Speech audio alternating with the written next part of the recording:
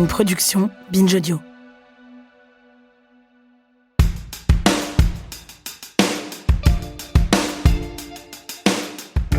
Comme pas mal de gens de mon âge, entre 30 et 40 ans, je suis désormais cerné de personnes qui se jettent à corps perdu dans des pratiques sportives très très intenses. Des marathons, des triathlons, des ultra-trails dans des lieux toujours plus hostiles, et maintenant de l'Aerox. Courir, pousser, tirer ou même porter. L'Aerox, c'est un peu tout ça à la fois. En gros, il et elle doivent courir au total 8 km à pied. À chaque kilomètre parcouru, une série d'exercices les attend. Burpees sautés, fente avec sac de sable, lancer de ballon. Perso, j'appelle ça de la torture consentie. Concrètement, l'Aerox, c'est quoi ? C'est un lieu où il y a des épreuves sportives, c'est un recueil pour les gens au milieu de la vingtaine, début de trentaine, qui sont en pleine crise existentielle et qui se sont rendus compte qu'ils étaient bons dans aucun sport. L'Aerox n'est pas un sport, c'est une marque. Née en Allemagne en 2017 et arrivée 6 ans plus tard en France, ces courses connaissent une croissance très importante et voient le nombre de participants augmenter chaque année. Les gens qui font de l'Aerox, on a compris. Ah non, mais je le fais pour le dépassement de soi, moi je le fais pour repousser mes limites, tu le fais pour Instagram. On t'enlève Instagram, tu fais plus d'Aerox. Ce mélange de courses et d'exercices de fitness ultra bourrin séduit de plus en plus de monde. Des milliers de personnes se sont rassemblées par exemple au printemps 2026 au Grand Palais à Paris pour s'adonner tous ensemble à ce sport qui est aussi une manne financière pour ses créateurs, ses promoteurs et un moyen d'appâter le chaland pour les salles de sport qui désormais proposent quasiment toutes des séances spéciales Aerox. Mais pourquoi ce besoin d'aller vers ce genre de pratique qui semble au mieux radical, au pire totalement insensé ? C'est ce qu'on va essayer de comprendre dans cet épisode. Je suis Thomas Rozek et vous écoutez Programme B. Et pour nous guider, j'ai fait appel aux connaissances d'un homme qui suit ces pratiques de très près, le sociologue du sport Olivier Bessy, professeur émérite à l'université de Pau. Il a consacré de nombreuses études au sujet des sports extrêmes et il a signé un énorme travail sur la course à pied qui s'appelle Courir de 1968 à nos jours, en 2 tomes. Le premier, Courir sans entrave, le second, Courir sans limite, paru aux éditions Outdoor en 2025. J'ai commencé par lui demander comment il percevait cette nouvelle mode de l'Aerox, qui consiste donc à courir 8 km en enchaînant les ateliers de fitness ultra bourrins. En fait, l'Aerox, ça s'inscrit dans ce processus d'hybridation qui caractérise notre transmodernité.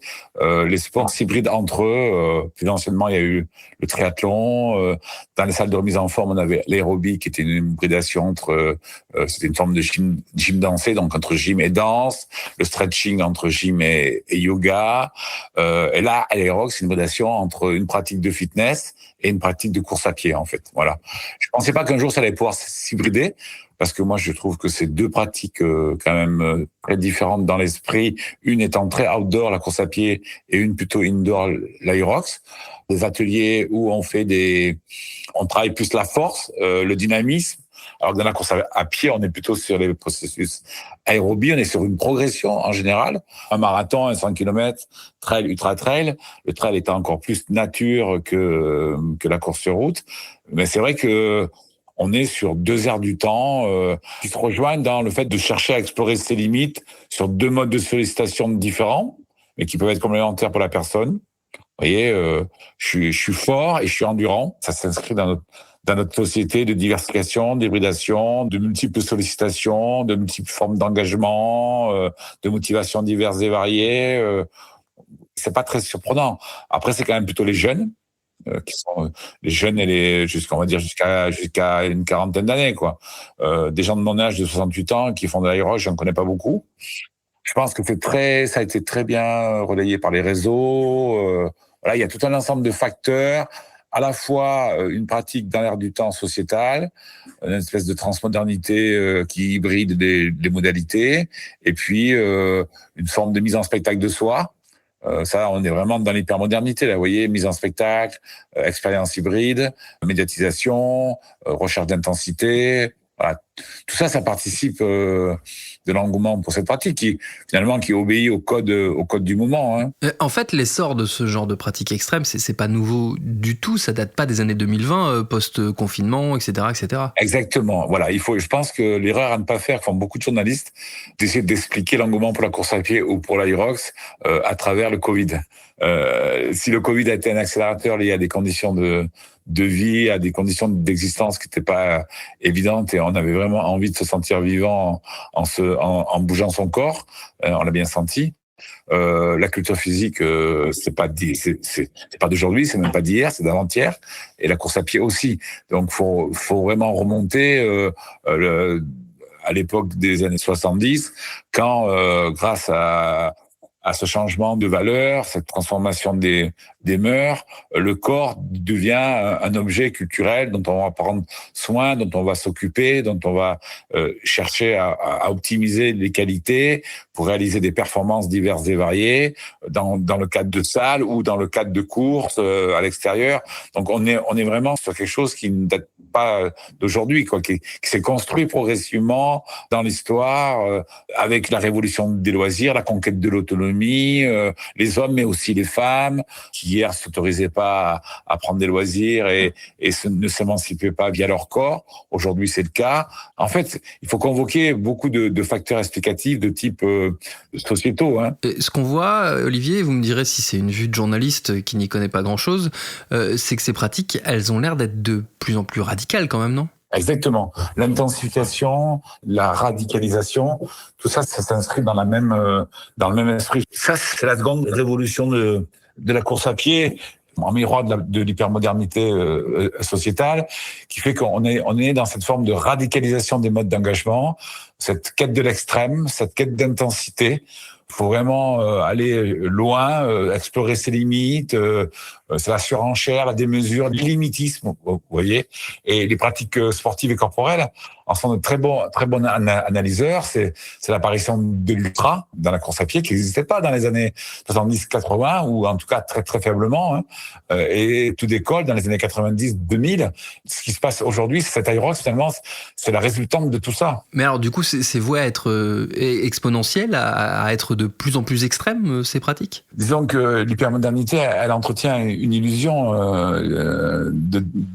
liée au mythe de Sisyphe, c'est-à-dire qu'on pense pouvoir pousser le rocher toujours plus haut sur la montagne, mais la montagne continue de s'élever et finalement le rocher vous roule sur vous et vous retrouvez au pied de la montagne.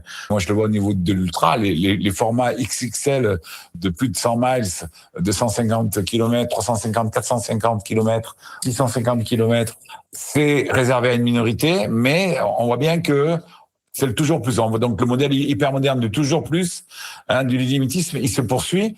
À l'Himalaya, il y a de plus en plus de monde. Jusqu'à quand jusqu'où c'est difficile de répondre. En revanche, pour une partie des pratiquants, aujourd'hui, ils commencent un peu à se poser la question du sens de ce toujours plus et de cette illusion hyper moderne, de ce mythe de Sisyphe. Est-ce que finalement, c'est pas sans fin ? Et moi, je pense qu'avec des valeurs qui sont en train d'émerger en marge de l'hypermodernité, qui sont plutôt des valeurs éco-humanistes, sur la prise de conscience écologique, revenir à des valeurs plus humaines, plus solidaires, davantage de simplicité, davantage de sobriété. Voilà, tout ça, ça s'inscrit dans une nouvelle configuration qui, aujourd'hui, n'est pas majoritaire, c'est clair, mais qui fait que beaucoup de gens sont moins dans l'accélération, mais un peu dans la décélération, sont moins dans le maximalisme des équipements, essaient d'être un peu plus dans le minimalisme, ou en tout cas recherchent de nouveaux équilibres. Et ça, c'est je pense, une trajectoire qui va progresser demain, parce que les enjeux de notre société évoluent et qu'on va pas pouvoir continuer comme ça sur la même trajectoire, même si les grands événements nous font mentir. Regardez, la Coupe du Monde, c'est encore pire qu'au Qatar. Il y a un vrai questionnement par rapport à tout ça. Ouais. Qu'est-ce qu'ils viennent chercher dans ce genre de sport, les pratiquants du crossfit, de l'Aerox ou des ultra-trails ? Ce qui est intéressant dans l'époque que l'on traverse, c'est que ce qui est recherché en priorité, moi je l'observe dans tous les interviews que j'ai pu réaliser avec de nombreux coureurs, ce qui arrive en premier, c'est la recherche d'une expérience. C'est qu'on veut tous vivre une expérience dans nos vacances, dans nos loisirs et dans la course à pied et dans l'aérox en particulier. Et cette expérience, elle s'inscrit sur un continuum. C'est-à-dire que l'expérience, elle se conjugue pas au singulier, elle se conjugue au pluriel. Elle est donc sur un continuum. D'un côté, vous avez l'expérience extrêmement performative, où c'est le culte de la performance qui domine. C'est la majorité du coureur. Et dans cette performance-là, il faut différencier la performance normo-référencée du compétiteur, qui joue la place au scratch ou dans sa catégorie et un temps de référence, moins de 2h30 au marathon, voilà. Ça, c'est la compétition. Et c'est la performance normo-référencée. Et puis, vous avez les 75% qui sont dans la performance, mais auto-référencés. C'est-à-dire que là, ils cherchent pas la place, ils cherchent pas à gagner, même dans leur catégorie, ils cherchent avant tout à être performeurs par rapport à eux-mêmes. Et c'est vrai que la majorité des marathoniens et des ultra-trailers sont sur ce mode d'engagement performatif, mais auto-référencé. C'est ce qui fait que ce culte de la performance, aujourd'hui, il est dominant. Et à l'autre bout, cette quête intérieure, vous voyez, cette introspection, où on cherche vraiment à se questionner sur le sens et où la performance importe peu. Sur les ultras, vous avez des gens, ils cherchent simplement à finir ou à vivre une expérience en étant vraiment à l'écoute de leurs sensations, ils regardent le paysage, ils discutent. La perf, c'est pas ce qu'ils vont rechercher vraiment, mais ils sont minoritaires, c'est un petit quart. Et 3 quarts, aujourd'hui, il faut faire une place ou faire un temps par rapport à eux-mêmes. Cette quête de l'extrême, cette quête de la difficulté, cette quête du toujours plus de difficultés, cette quête où on va chercher à explorer en permanence ses limites, je pense que c'est lié au fait que pour beaucoup, il y a une forme ça répond à une forme de désarroi identitaire, de problèmes de construction de son identité dans une société extrêmement délitée, morose, et où les gens ont besoin finalement de s'éprouver corporellement, de donner des limites concrètes à sa vie, parce qu'ils n'en ont plus dans la société. Donc, se sentir exister, se sentir vivant, donner du sens à sa vie, en flirtant avec une mort très souvent symbolique, qui n'existe pas, mais on joue à se faire peur. Et plus il y a d'incertitudes, plus il y a de difficultés, et plus aussi deuxième aspect, on va se valoriser socialement. C'est-à-dire qu'on fait quelque chose d'impossible. Nous, le coureur ordinaire, on fait quelque chose d'extraordinaire, qu'on pensait impossible, qu'on rend possible, et du coup, on rentre dans la communauté des finishers de n'importe quelle épreuve, et on se valorise socialement aux yeux des membres de cette communauté. Parce que les bénéfices symboliques sont incommensurables. Et c'est vrai que c'est le problème de ces pratiques aujourd'hui, parce que si on ne les gère pas bien, si on tombe dans une forme de bigorexie, là, vous voyez, où on est complètement accro, on est toujours à vouloir faire plus, on s'entraîne de plus en plus, on va faire des choses de plus en plus difficiles. Si on n'est pas capable à un moment donné de un peu calmer le jeu, le corps il peut se blesser, on peut mentalement après être aussi un peu déséquilibré, ça peut générer des situations compliquées au niveau des relations au travail, dans le couple, au niveau des familles. On n'est pas au courant de tout, mais je peux vous dire que il se passe beaucoup de choses dans le petit monde des pratiques extrêmes. Parce que pour certains, c'est aussi une forme de renaissance, parce que ils ont vécu un deuil, un licenciement, une séparation. Donc on va finalement rechercher dans le sport à renaître de ses cendres. Mais c'est une renaissance, si on n'est pas vigilant, qui peut parfois, si on pousse trop le bouchon dans ce secteur-là, reprovoquer le contraire d'une renaissance. Et on peut se retrouver finalement un peu sous l'eau. Ce qui est marrant et un peu paradoxal d'ailleurs, c'est que ces pratiques, c'est à la fois des pratiques solitaires, centrées sur soi-même, mais c'est aussi des pratiques collectives, parce qu'on les fait à plein de gens, tous ensemble. Oui, alors exactement. Et pendant longtemps, on a pensé que la course à pied était une activité solitaire, que les gens étaient dans leur bulle. Et c'est vrai que alors je vous parle pas du jogging ou de pratiques comme ça, vraiment quand on fait un marathon ou un trail, et plus l'épreuve est longue, et plus vous allez rechercher dans l'autre, non pas un adversaire, mais vraiment un partenaire avec qui vous allez échanger, avec qui va vous aider, voilà, vous parlez, vous êtes solidaire, vous entraînez, vous encouragez. Donc ça crée une relation à l'autre qui est complètement différente, et finalement, ils rentrent dans un des ingrédients du partage de l'expérience. Et moi, je me souviens d'ultra où j'ai réussi à aller au bout parce qu'à un moment donné, j'étais avec quelqu'un qui m'a aidé psychologiquement. Puis à un autre moment, c'est moi qui l'ai aidé. Donc, vous voyez bien que par rapport à un 1500 mètres sur piste où les premiers au marathon, ils s'entraident pas, vous voyez. Faut battre l'autre. Et s'il tombe, tant mieux. Là, on n'est pas du tout sur le même rapport à l'autre. Et ça, c'est très intéressant, vous voyez. Et le troisième rapport, c'est l'environnement. C'est-à-dire que dans ces pratiques, alors je parle pas de l'aérox, je parle plutôt du trail ou même des marathons. Alors plutôt des trails. On n'est pas sur un environnement et une nature qui va uniquement être considéré comme un adversaire à vaincre pour finir, en dépit des conditions météo, mais c'est aussi une relation une partenaire avec la nature, une nature qui n'est plus adversaire, mais qui vraiment est partenaire, dont on va chercher à jouir en ressentant tous ces éléments, le sol, le vent, les belles lumières, la beauté des paysages, et les deux vont s'enchevêtrer. Il y a des moments où on va être dans le dur, parce que la nature, elle va être hostile, et les gens recherchent cette hostilité quand ils vont faire le marathon des sables, quand ils vont courir dans la jungle, quand ils vont courir au Népal, en altitude. Mais en même temps, qui recherchent finalement la difficulté et l'hostilité, ils cherchent à la conquérir, cette nature. Ils peuvent aussi être complètement en immersion et l'épouser et se l'approprier et la respecter profondément. Un autre aspect, Olivier, qui est intéressant à noter, c'est que finalement, contrairement à ce qu'on pourrait croire, les nouvelles pratiques, elles viennent pas forcément remplacer des pratiques plus anciennes. On dirait plutôt qu'elles se superposent. C'est une très bonne question. C'est exactement ça qui se passe. Quand l'athlétisme devient course à pied, quand on sort des stades, quand on s'émancipe de la fédé, que la figure du coureur ordinaire apparaît, les femmes se mettent à courir, c'est jogging, les premières courses hors stade, les grands marathons, tout ça, ça n'a pas disparu. Ça se développe avec la postmodernité dans les années 60, 70, 80, mais c'est encore extrêmement présent aujourd'hui. Sauf que lorsque l'hypermodernité s'installe dans notre société, ça va générer un autre type de pratique. Ces pratiques d'endurance extrême, de radicalisation. Et aujourd'hui, les deux formes cohabitent. C'est-à-dire qu'on a des gens qui sont dans des modes d'engagement relativement cool, euphémisés, très intériorisés et pas forcément extrêmes, et d'autres qui sont dans des modes d'engagement très radicaux, très extrêmes, dans le toujours plus. Voyez. Et les deux cohabitent. L'un ne se développe pas sur les cendres de l'autre.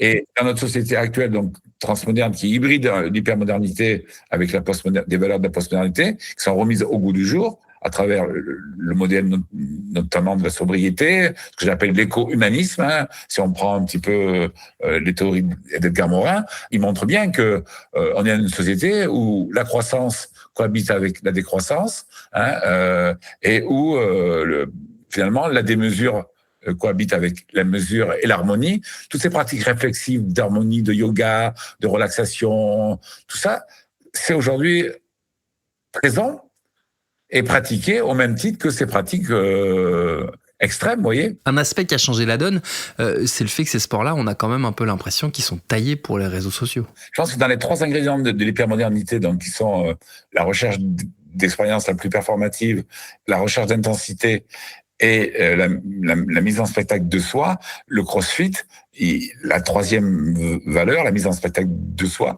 la spectacularisation de sa pratique, c'est quelque chose qui est plus présente dans la course à pied. Même si aujourd'hui dans la course à pied, on a complètement théâtralisé les départs du marathon de Paris, les grands événements, ont bien compris que les gens avaient aussi besoin de théâtraliser, de mettre en spectacle ces moments de rassemblement, de communion, puis même pendant la course, puis même à l'arrivée, et puis les médias derrière, on en parle à la radio, à la télévision, dans la presse. C'est sûr que c'est pas la même chose que quelqu'un qui fait du yoga. Là, il n'y a pas de mise en spectacle. Le dernier point, Olivier, sur lequel j'interroge, c'est que je me demande si ces sports-là, c'est pas aussi une façon, comment dirais-je, d'expérimenter une pratique aussi intensive que celle d'un sportif pro. Et c'est en gros une façon pour les amateurs de vivre le temps d'une course ou d'un événement, le même genre d'exploit que les professionnels, ce qui n'est pas possible dans les autres sports comme, je sais pas, le foot par exemple. C'est exactement ça. Et ça va même jusqu'au fait qu'ils peuvent partager le même événement. C'est-à-dire que vous êtes à l'UTMB et vous vous alignez dans la même course courue par Kylian Jornet et les autres. Donc cette cohabitation entre l'élite et la masse, c'est vraiment... ça appartient à la première révolution des premières courses sur stade, où avant les compétitions c'était pour les licenciés, c'était entre les élites sportives, les meilleurs. Et quand on commence à faire ces courses-là, on ouvre à tout le monde. Et les meilleurs sont là, les moyens sont là, et même des gens d'un niveau très faible sont là avec l'ambition de juste finir et de se faire plaisir. Donc ça permet une cohabitation de profils de coureurs de niveaux différents qui fait que vous avez le sentiment de participer au même événement que le champion, et quelque part il y a une forme d'identification. Merci à Olivier Bessy pour ses réponses. Son dernier ouvrage, on l'a dit, c'est Courir sans limite, la révolution de l'ultra trail. C'est paru aux éditions Outdoor. Merci à Octave Bautier qui a réalisé cet épisode, à Charlotte Bex qui l'a préparé. Programme B, c'est un podcast de Binge Audio, une marque Urbania. Tous nos épisodes, les anciens comme les nouveaux, sont à retrouver sur toutes vos applis de podcast préférés. Cherchez-nous sur Internet si vous voulez nous parler, et à très vite pour un nouvel épisode.